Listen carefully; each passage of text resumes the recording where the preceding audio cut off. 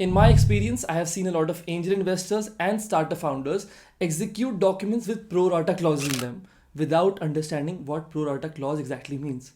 And in this video, that is exactly what we will try to decipher pro-rata clauses in simple terms.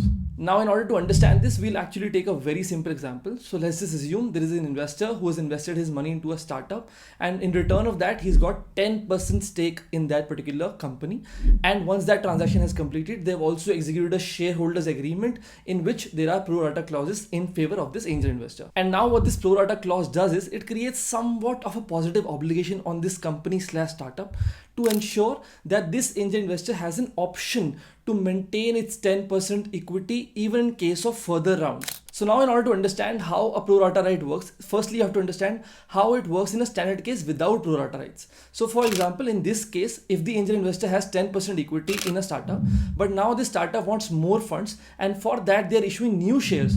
Once the new shares are issued, the angel investor's equity from 10% will get diluted automatically. But in the cases where the angel investors have pro-rata rights and the startup wants to avail more funds by issuing new shares, in this case the startup is under an obligation to offer proportionate shares to this angel investor to give them an option to maintain its 10% equity. So in this case, the angel investor's equity remains intact without any dilution even in cases of further rounds. However, you have to understand that this is only an offer that is made to the angel investor. Whether he accepts it or not is completely his choice. It is not binding on him.